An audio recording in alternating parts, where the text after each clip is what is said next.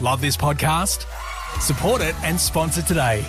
Simply head to ozcastnetwork.com for details. I remember in Thailand once, some bloke from the UK came up to me and goes, "Hey, it's John McEnroe," and I'm like, "You cannot be serious." but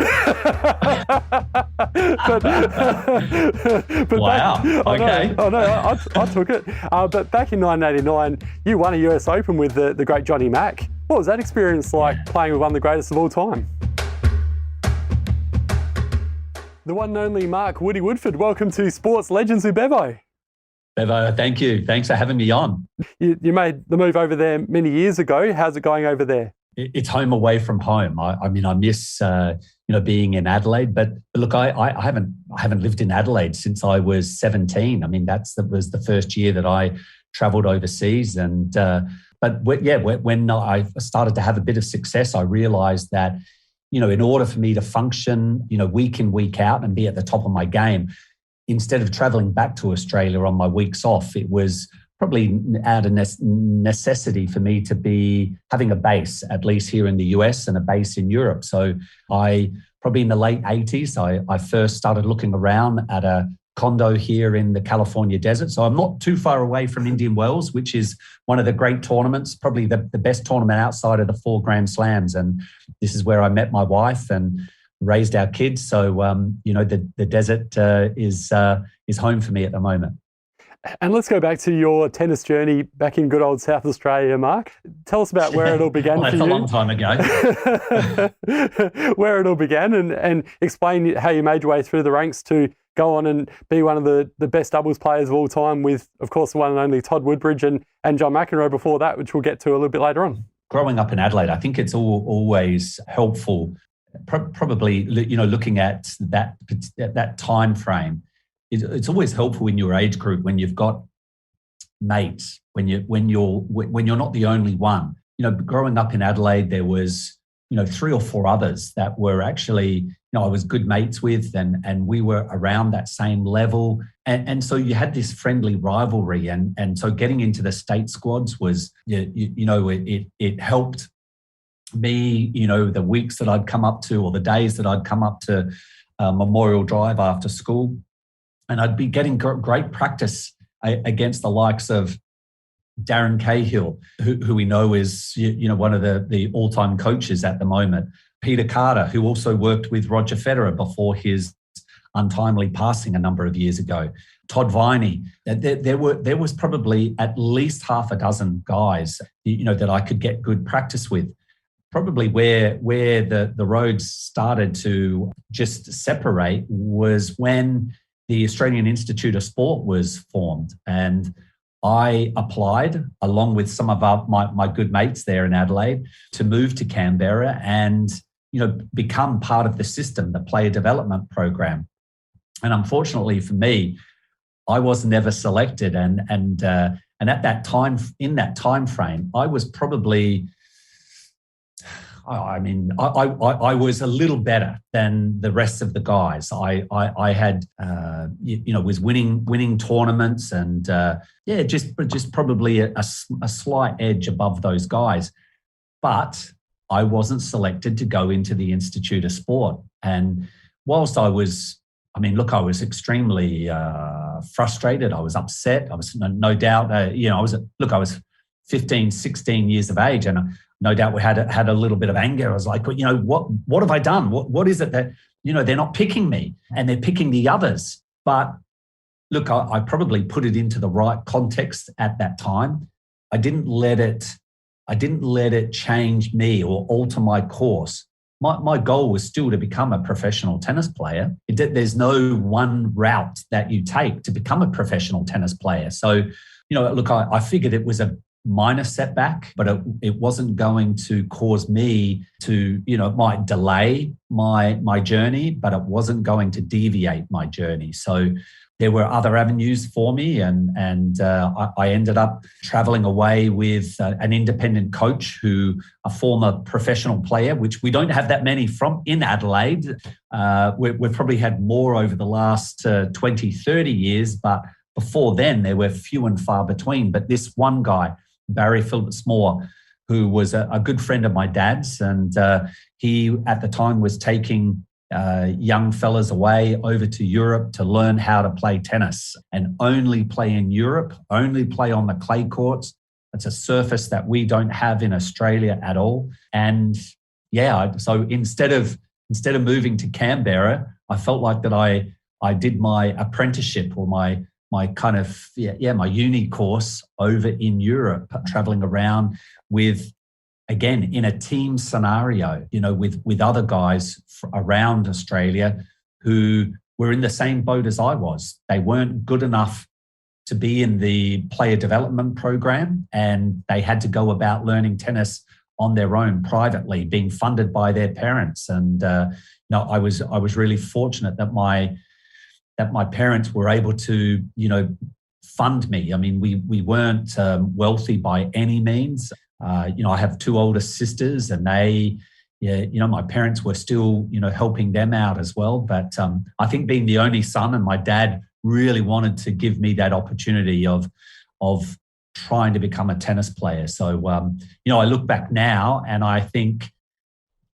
it was one of those moments. It's like, thank goodness I didn't get selected in the Institute of Sport, because I don't think I would have achieved what I did in the game without going through those experiences that I did traveling in a team over in Europe the first 4 years.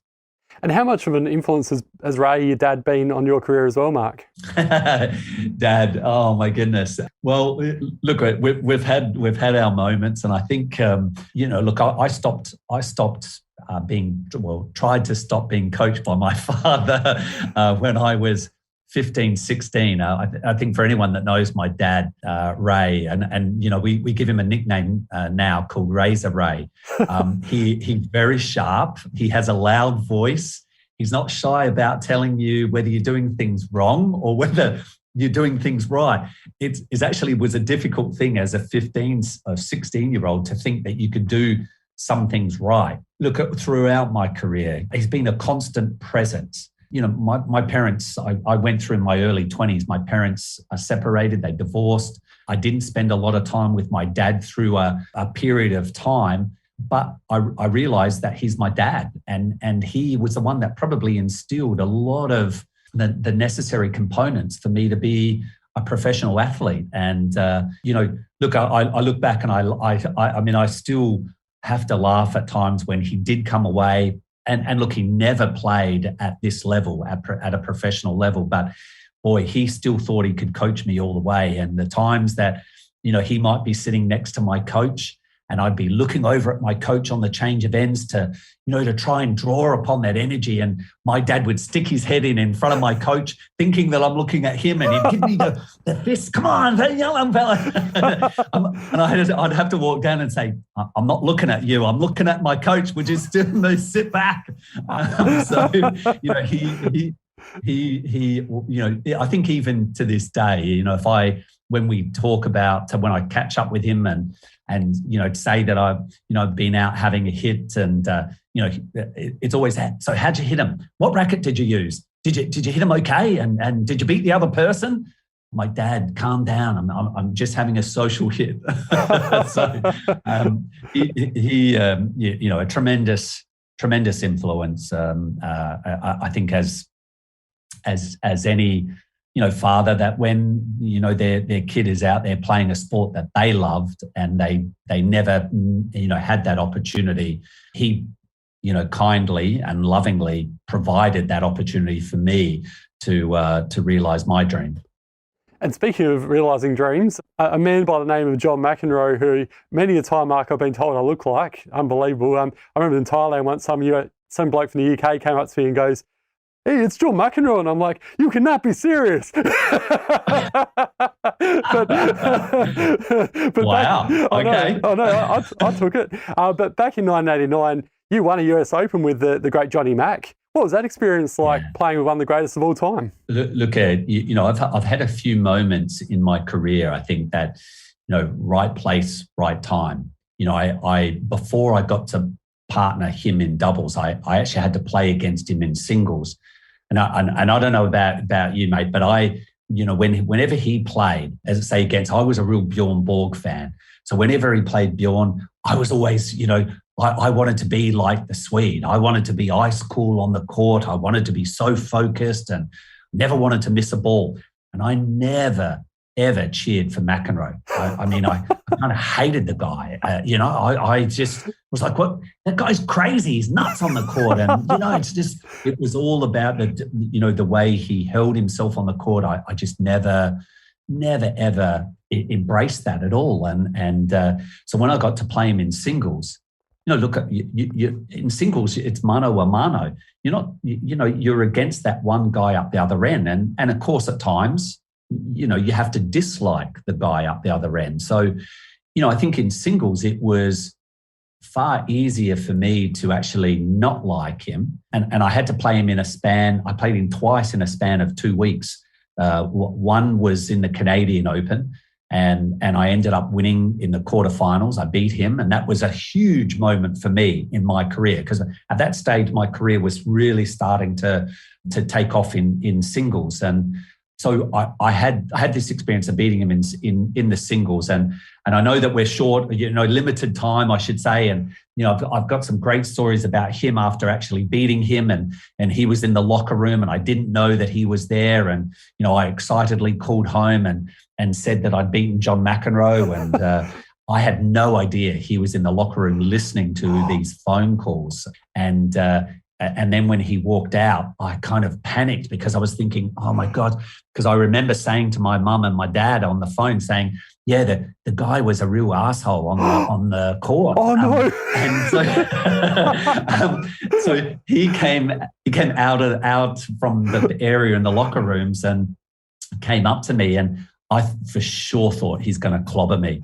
But he actually looked at me and he shook my hand and he said, you really impressed me. And he said, you look like my idol, Rod Laver. He said, you're a lefty. You've got the same colouring. You hit the ball like he did tonight. He said, too good. And he said, I wish you all the best for the next match. So when he walked out, I quickly got on the phone again and I called my parents and my sisters. And I was like, he's not an asshole. He's a really nice guy. That's amazing. So that was how I kind of my first interaction with McEnroe, and then the US Open came around 2 weeks later, and I drew him. We were in the part of the draw where if we both won a couple of matches, we'd have to play again, and which that's how it eventuated, and I won again. I won in 5 sets on center court of the US Open, and that was his home Grand Slam. So. The antics of McEnroe, as well as a very partial crowd, and then 2 weeks later, the tour continued, and there was a tournament in Los Angeles that I was playing in, and he was playing in, and I went in to sign up for a partner. My regular partner at that time was Wally Masur from Australia. Wally wasn't at the tournament, so I just went in to sign up for who was looking. And at that time, the tour manager who had the list of you actually have to sign in for the doubles entry. I had to wait for him to finish this phone call, and he whispered to me that he was talking to John McEnroe. And so I whispered back to him saying, oh, tell McEnroe I'm available to play doubles. And so that's what he did. He said, oh, but Junior, by the way, that young Australian kid that beat you the last couple of matches, the last 2 events, I know he's just put his name down for a doubles partner. Would you consider him? And the phone call finished very quickly, but about an hour later, McEnroe got back in touch and said that he would play doubles with me. And it was kind of one of those moments, though, that you kind of, like semi-serious, but you're not really serious, because I didn't think it was going to happen. I mean, I just didn't think he'd say yes. And then I was petrified when I got word that we were going to play doubles. And because all of a sudden, as I mentioned earlier, I could not like him very easily when he's my opponent, but all of a sudden playing doubles, you have to love your doubles partner, right? Yeah. You've got to really trust them and get to know them. And so all of a sudden, I kind of had to, I guess, not dislike him. And that was really probably the most difficult part of playing with him in the early first few matches was, like trying to get to know him. And but look, I had a great time with him. Once I relaxed and could kind of get a few words out of my mouth, because I was sitting next to arguably the greatest doubles player. And I just had to pinch myself at times. Even though I'd beaten him in singles, it's just so different when they're sitting beside you on the change of ends. And so, look, I can firmly say, I believe to this day that I would not have achieved the results on the doubles court if I had not had that opportunity playing with John McEnroe. I learned a lot. I was in awe. It just was amazing to be with someone with greatness, to be partnering with greatness. And he opened my eyes up. I thought that I knew a little bit about doubles, that I could play a little bit, but I quickly learned that I didn't know much about doubles. But hey, I took that opportunity and sponged as much information from him as I could. And but yeah, he, thankfully I had that opportunity. And look, I've been blessed. I really have been blessed with partners. I played with John McEnroe. I got to play with Martina Navratilova in mixed doubles. And look, she's arguably the greatest ever female tennis player when you combine singles, doubles, and mixed doubles together. I mean, I got to play with Martina as well. And I learned a tremendous amount. I won a Grand Slam with her at Wimbledon, which helped me succeed when I got to play with Todd in that fantastic partnership that lasted 10 years. So I don't think I would have, the Woodies may not have had that as much success if I had not have had the experience of playing with Navratilova or McEnroe. You mentioned Todd Woodbridge, obviously one of the best doubles combinations of all time, yourself and Toddy. You've been to numerous Olympics, won so many Grand Slams, Davis Cup, the list goes on. Looking back on your career, is it surreal to think the amount of success that you both had together? It is. It is those moments, and even as I'm talking to you, and I kind of look away from the screen, it really was the best time, playing with, someone that was your best mate, someone that was experiencing, a similar pathway as to, we both were competitive. We both believed we could, improve on a yearly basis. We both had very similar goals. We might have had some differences. Obviously, me being left-handed, Todd being a righty. I was a little older, 5 years older than Todd. But it was like this jigsaw. When we got together, it really was this jigsaw. And again, I have to probably thank McEnroe for that, because when he decided that he was not going to be playing doubles any longer, he sat me down and said, just communicated with me that this was his decision that he was making, but he encouraged me to actually play with an Australian, someone who was younger, someone who was right-handed, because McEnroe believed the best doubles teams in history were a righty and a lefty combination. He encouraged me to focus on representing my country in Davis Cup. So if you could pair up with someone of a similar level, you could be playing Davis Cup for, the next decade or more. And someone who had a passion to be a player. And McEnroe's version of a tennis player was someone who wanted to play singles and doubles, and at the Grand Slams, try to play mixed doubles. So, with all of these attributes that McEnroe was listing, I mean, I probably started off with maybe 6 names in the mix. And as he kept going down, like 2, 3, 4, 5 on the list of attributes, probably my internal list of players who I could pair up with started to get shorter and shorter. And basically, at the end of that meeting with McEnroe, the one name that stood out to me was Todd Woodbridge. And so it wasn't too much longer that I reached out to Todd. I knew of Todd. We had the same agent at the time. And look, at being one of the, I wasn't one of the older guys at that time, but you're always aware of the younger generation that are coming up behind you because you know that they want to kick your butt. So I really did know Todd, and his ability coming out of juniors. And of course, I was aware that he was finishing up his doubles partnership with Jason Stoltenberg, who he had played all his junior career with. And Todd had a tennis coach.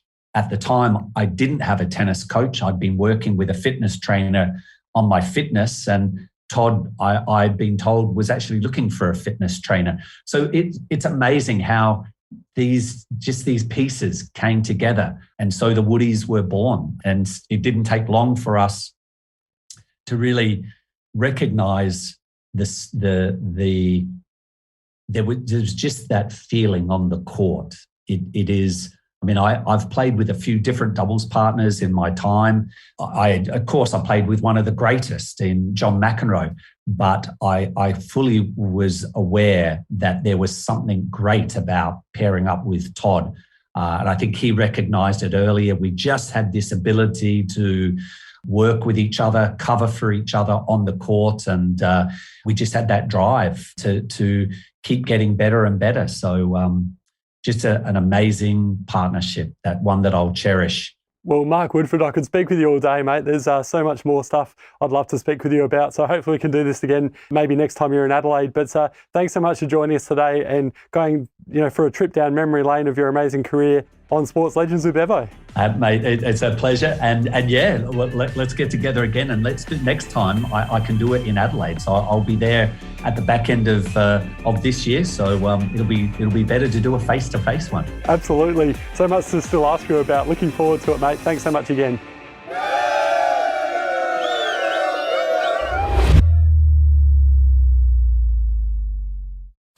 Love this podcast? Support it and sponsor today. Simply head to AuscastNetwork.com for details.